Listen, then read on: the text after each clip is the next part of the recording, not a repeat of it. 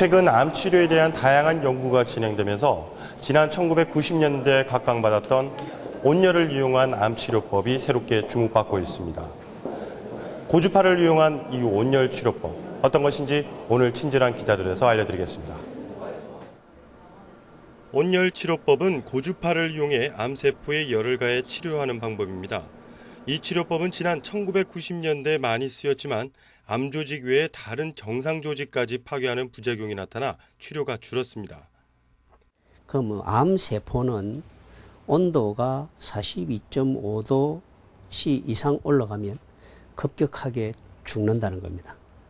그걸 이용해가지고 우리가 정상세포는 안 죽고 암세포는 열의 42.5도 C, 43도 정도 되겠죠. 거기에서 이제 암세포를 죽게 만드는 기전입니다. 그래서 최근에는 상당히 이제 이전에는 온열 치료가 깊이 있는 암을 치료할 때 여러 가지 부작용 때문에 사용을 못했죠. 근데 지금은 그 열 내는 방법, 온도를 올리는 방법에 이제 기술 변화가 와가지고 정상 조직에는 거의 열이 안 나고 암세포, 그 암 조직에만 열을 내는 기술로 바뀐 거죠. 온열 치료는 기존의 항암제나 방사선 치료와 병행하면 효과를 빨리 얻을 수 있습니다. 하지만 폐암이나 림프종 등 성장이 빠른 암에서는 효과를 보기 어렵습니다.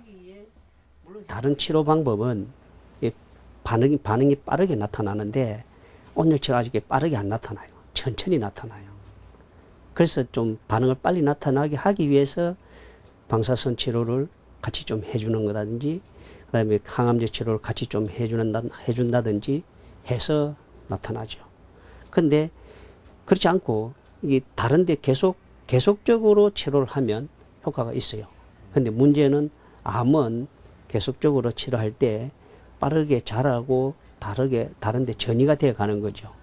그럼 온열 치료로 줄이는 속도보다 자체적으로 커져가는 속도가 더 빠르거나 다른데 전이가 나타나면 실제로 치료에 한계가 있는 거죠. 온열 치료는 부작용이 거의 없다는 것이 장점입니다. 치료는 2-3일 간격으로 1시간 정도 받으며 효과는 보통 3개월이 지나야 나타납니다. 비용은 1회 30만 원 선으로 아직 의료보험 적용이 안 되고 있습니다.